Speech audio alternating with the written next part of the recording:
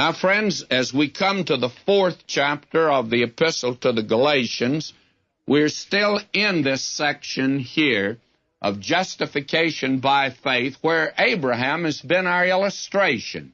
Now, here in the 4th chapter, we see that there's something else that comes through faith in Christ that you could never get by works of the law, and that is that it gives you the position of sons of God.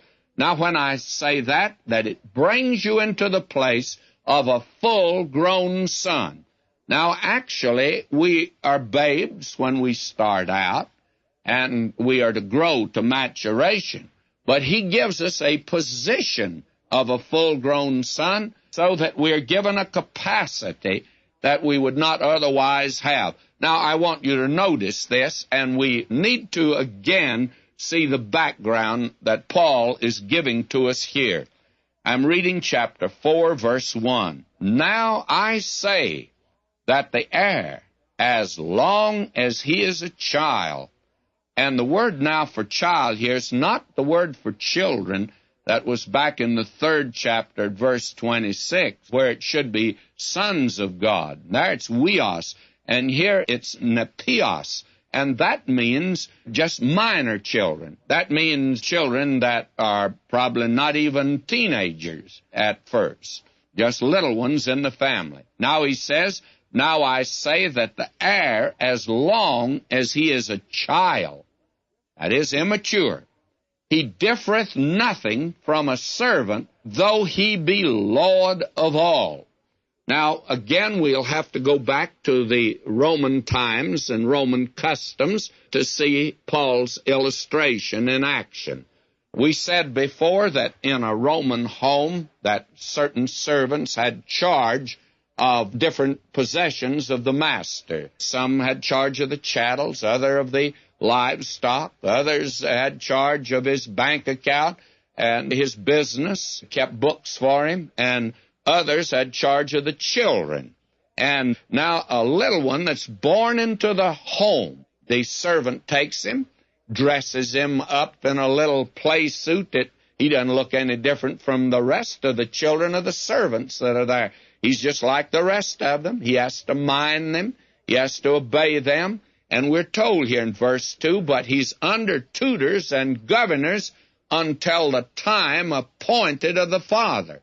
Now, what time is that? That is the time that the Father recognizes that he is now capable of making decisions of his own, and he brings him into the position of a full-grown son. And it was a ceremony that they had in that day, that when a boy reached the age of maturity, that is, and you'll notice it was the father who determined whether he reached the age of maturity. It wasn't an arbitrary law as we have today. It used to be 21, and now politicians, they want to get more votes, and so they made it now so the 18-year-olds can vote.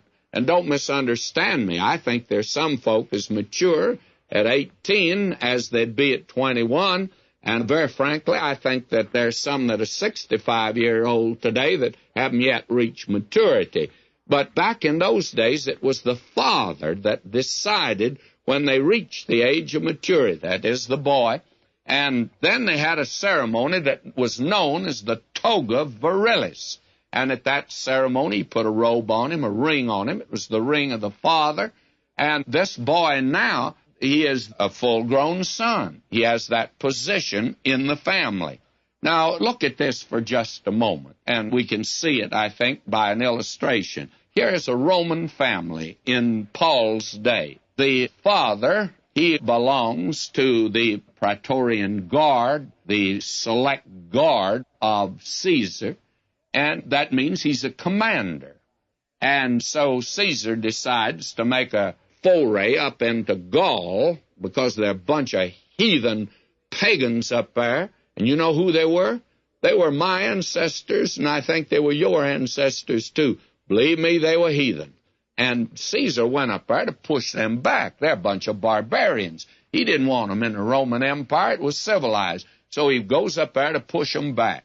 And that campaign that he thought would last a year, it stretched out to maybe 3 years. And so this father that had told his little boy and his wife and the rest of the family goodbye, well, he's been gone 3 years. Now he comes back.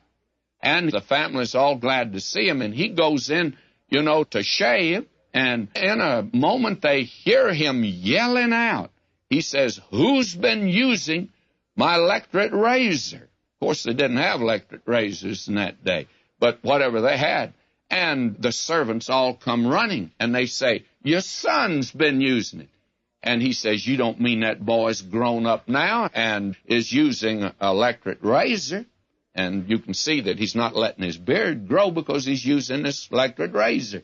And he says, "Call him in here." And they call him in, and the father looks at him, goes over, put his arm around him, and he says, "Son, I didn't realize you'd grown up. We're going to have the toga virilis. Going to make you a full-grown son." So they invite the aunts and the uncles and the grandmas and grandpas in, and they come in, and now this boy's made a full-grown son. He has a ring on, and that boy has a ring that when he puts it down in the wax is the same signature as his father. Because, you see, the old man couldn't write, neither can the boy. What they do is just use that ring. But he has the same authority as the father has now. He's been brought into that position. And that servant that used to paddle him, better not paddle him now because he'll be paddling that servant. He's been brought into this place of a full-grown son. Now, what does that